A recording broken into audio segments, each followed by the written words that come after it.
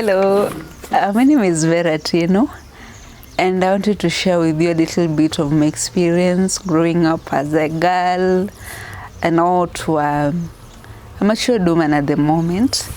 So, I'll just begin with where I was brought up in. I was brought up in Homa Bay town, and most of the time we used to battle between staying in town and also going home. So I can say my childhood experience was a little bit good, because in as much as we enjoyed the privileges in town, we also had to go home like during the holidays, and the things that we couldn't learn in town, maybe going to fetch water, like going to look after animals, that most of which we used to do in the village. But despite all that, I can say that it had its advantages and disadvantages. So for example, staying in town, like I was exposed to that, I can say, a good life at a very early age. A life where you can demand for what you want, be it going to school, be it the type of food you want to eat, because at that moment, my parents were stable. I can call it stable. So in terms of food, we were the type of kids that you could just say like, this today I want to eat this kind of food, and there were not going to be like any argument. So whatever you wanted is what you got. And also in terms of education, I can say I had the best education, because in school, when I could go somewhere, I could go to a school and I feel like maybe I'm not performing well, or I feel like I'm on top of that class, I could just tell my parents I want to be taken out of that school. And I can remember in primary only, I went through like 4 schools, not because of poor performance or because of being kind of a destructive kid, but I was exchanging schools because I really felt like I wanted something more competitive, something that would really like capacitate me like properly. So generally my childhood was a good one. And then I can remember like being the second born in a family of 3. I really wanted to appear like masculine. So in most cases you could just find me playing with boys. Yeah, and I enjoyed like jumping on trees, breaking my limbs like almost every other holiday. And for me it was something so funny. I can remember at one point there's a cousin of mine who twisted my arm because we were fighting over climbing out mapera tree. Yeah, mapera tree. That's a guava tree. So it was a kind of mixed feelings, I can say, because it had the good side and also the bad side. And at some point I was also a mischievous kid, very mischievous. And I could like try as much as possible to just come out of any trouble that I got myself into. So yeah, I can say everything was good throughout my childhood. And I also had very good friends, some of them I even I've maintained contact with them up to today. And when you see it and you're like, you've been my friend for over 20 years, and I'm like, wow. So it has been that long. So those are the kinds of memories I had about the early part of my childhood, and also like transitioning into my teenage life. But people usually say that everything that has an end everything that has a beginning has an end.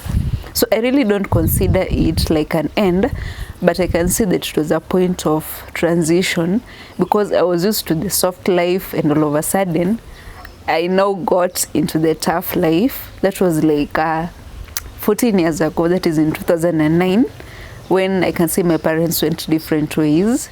And for a child who was so close to the parents, it had kind of a psychological effects on me, and also some kind of I can call it an attitudinal kind of behavior that came up after that incident. Because I can remember I used to be this cheerful, the kid was everywhere, and then all of a sudden after that incident I became so withdrawn, and I really wanted to do things alone, because I was like, maybe if I bring up this issue in front of my parents, they could feel like maybe I'm the cause of maybe their separation or their divorce. So in most cases I could really hold things to myself, and it really brought in the aspect of anger within me, because I became a very irrational kid. Yeah, I was the type you could wrong, and then I just keep quiet about it. But now the day I erupt, it will be a total hell for me. So it has been a journey, and I'm still really working on it. So it affected my friendship life, it affected my education in a way. But I really thank God, because no matter what happened, you know, the aspect of studies, you know, being in books and all that really came out well. So I was battling, like, you know, I can't call it really neglect, but now I was battling some insecurities because of my dad not being around. You know, you have to be with your mom like full time. There's some privileges that you used to have, like I mentioned before, but right now you can't really have them. So there was a lot of transition, and I really say, no matter what happened, I thank God I came out stronger. I came out much better, even though there's still some scars within me, but I know with time they'll just heal. So if I can talk about maybe the behavior approach that I had with my parents, I can talk of the first time I think I had my menses. Yeah, I was around 12, headed to 13. I was in class 6, 7. I can't really recall properly. So on that fateful day, I can't call it fateful, but on that day, I think I was home with my elder sister, some of my stepsisters, and my dad. And you know, I just spoiled my clothes, and I was so close to my dad, so I went to approach him, and he's like, umechafua nguo. So I was like, nimechafua nguo kivipi? My cloth is clean, why are you telling me nimechafua nguo? And then she told me, sis, endo mnunulie hizo vitu zenye mnanunuanga. And I was like, hizo ni vitu gani tunanunuliwanga? So the next thing, I was like, bought a pack of pads. I can remember it was always by then. And my sister taught me on how to use it.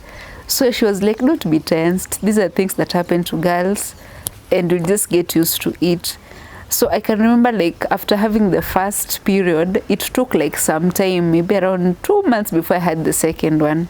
And I was so much worried, because I was like, hey, I thought this thing was supposed to be coming like every other month. And my cousins were like, no, right now it cannot be coming, but you'll still have it for the rest of your life as a woman. So at this moment, I'm like, hey, okay, then it can at times skip, like it should not be consistent. Which nowadays, if you even miss even 2 hours, you're like, what really happened?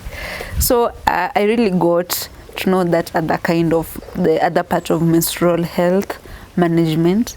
And I really thank everyone who came in, like my cousins, my parents, my sisters, and it was a whole lot of thing. So right now, if I really compare like how I was brought up with the current generation, I think to my thoughts, the current generation, I can say it's a very fast learning generation. We have kids, I have nephews and nieces who are like barely 14 years old. One is around 14, the rest are around, let's say, 13, or I don't know the exact age. But I came to realize that nowadays children really get to know more about life even before they're mature enough to know about what is happening around them. Because we're like, you can get things like soap operas, like the programs on television. I don't know, these kids like follow these programs like it's their life. So you can sit down with one and you're like, what will happen tomorrow? And they'll tell you the whole story. Yet you as a person can't even comprehend what happened in the previous scenes. So what I really mean is that kids of nowadays really comprehend things faster than we used to before. Because in our eras, growing up in the 90s, even watching the television was just like kind of a crime. I can remember we had the Great Wall television, the white and black one. And you could only watch it when there was news. You couldn't like watch it when every other person was watching. So the programs that were there, like there's one that was called The Bold and the Beautiful. So I can remember the moment that TV was, it used to come at around, I think at around 10 at night. And we could just be chased to go and sleep, and then the doors be locked. And then, being a mischievous kid, we used to like watch from those the slits in the door. And when you're found, I think it was a different story, because you know our parents had the notion that you're going to be spoiled maybe if you watch such sex and obscene scenes in the television. But nowadays, just approach even a 4-year-old kid and just ask him what is a kiss. You know, this kid will just begin laughing and already know that, you know, this kid already knows so much, even far much beyond his age. So the way we need to handle these kids are a little bit different from the way it used to be handled. I think as parents, though I'm not yet a parent, but I think when that time comes, I'll be able to disclose to my kid, like, this and this is happening in life. I can remember from my experience in that broken home, I can call it a broken family, but at that moment, no one ever sat us down to tell you, this and this is going to happen, so this is how life is going to be. We'll have to like transition you maybe from a school to another. We have to maybe move to a different town because at the moment, we can't really sustain that kind of life that we are living. And we just like got caught up in the situation. But for the kids nowadays, I think you just sit them down and tell them, it is not working between me and your dad. So you have just to tell them like everything from A to Z. Because if you don't, they'll go to school or they'll go to the social places that they're interacting with other kids. And they'll be learning from each other. One will be like, my dad bought me a bicycle, my dad bought me a ball. And then now they'll be like, and mom, how about our dad, you see? So the kids of nowadays really need to be open to them. In as much as parents are really watching the contents that the kids are watching, be it in cartoons, be it on YouTube or any other thing, as in we need to be a little bit more cautious, because you can leave everything to the kid, but you don't know like how the kid will turn out. There's some cases that maybe a parent, an outsider will come and tell you that your kid is behaving like in a way, and you'll be like, no, my kid can't do that, because the way you know him at home is different from the way he's known to the society. So we really need to be so critical when it comes to raising this kind of generation, because it's a whole new thing, a whole new lot, that if we're not really wise, then we'll end up losing the kind of generation that we have at the moment. Okay, I think the worst moment in my life, I've really had so many, so many, but the one that really like brought my walls crumbling down was I think 6 years ago, when I suffered a very terrible heartbreak, even though it's something that's nowadays I can laugh about. So I suffered a very like bad heartbreak because I was with this person for like 5 years, and I really knew, or rather I had in mind that this was going to work. And by then I can say we met when I was fresh in campus, like in my like level 1.2, first year, second semester. So the kind of growing up, like I told you, with the dysfunctional home, I really longed to have that feeling of having a father around. And I can remember I told myself that the man I'll get, or the man I'll date, I'll love him like I'll do to my father. Only to realize that the streets are not safe anymore and the character development is so ready for you. So I got into this relationship with that aim that I love this guy with my heart, with my soul, with my be like with everything in me. And I don't know whether it took advantage, I really can't tell, but it's something I really invested in. It's something like I had like my time in. I was the kind of person who like I could be sent like pocket money in school and I go and do shopping. Really, like the things that if I look back I'm like, I think I was just a fool. I was just a kid. I was a pre-25. Yeah, so I really invested so much because I was like, I think with this one, after 4th year you'll just move into marriage. And eventually it backfired. Yeah, it really backfired, and backfired properly. So I think that was I can say the lowest moment in my life, but I really don't blame myself or any other person. But I really think, nowadays we have programs on women empowerment. Like you go online, you find programs on relationships, on counseling, like from local and international people. So I guess if I could have been exposed to such forums at a early age, I could have avoided all these character developments, all these heartbreaks. I could have been a little bit cautious in the steps that I took when relating to people. So that was like one of, I can say, the worst. And also, the point in 2009 when the separation occurred. I think I really had so much hopes in life. Being admitted to a very good high school, and in my mind I knew I was going to be a lawyer. Yeah, I was the talkative girl, the girl was out there. The girl was like I was the team master of that point at that time. And I was like, I think law is my thing. And when the separation occurred, I was taken to a different school.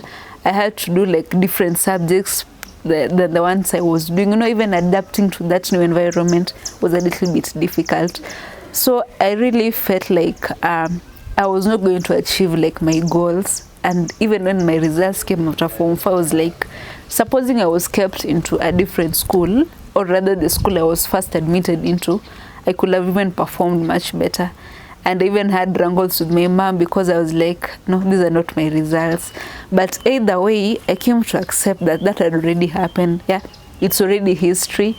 There's no way I can go back and now bring back what had happened initially. The only thing I could do was now like taking life the way it was and, you know, focusing on the best part in me. So I really didn't want to focus on that negative aspect that I'd already been focusing in all along. But I opted to look at life from a different angle because I was like, at the end of the day, the world revolves around me, not around the people I interact with. It's just all about me. So I had to change my perceptions about things, my view about life. And in as much at times it hurts because, you know, whatever happened in your past is like a scar, or it's like some wound that has not healed. So, you know, when someone does something that is almost similar to that, it's like you are rekindling those memories. But I usually tell myself, like, at this age, almost 30, I think I need to do much, much better and not just focus on my past, but focus on really what lies ahead. And that is what really influences like whatever I do. It's all about me. I need to focus on myself. At the end of the day, the only person that I can build is myself. Even if I get a family in future or anything, but this solid thing is me. So I need to work on me, on myself much, much better. And it has really given me a motivation to know, just step on those stepping stones, but just focus on, you know, yeah, a better tomorrow, which I usually believe. I know it will be a better tomorrow. It has started being better, and the better will be better with time. So I'm not worried, I'm not troubled, because I know that at the end of the day, I'm really working on something, and I know that I'll achieve it. So yeah, that's me.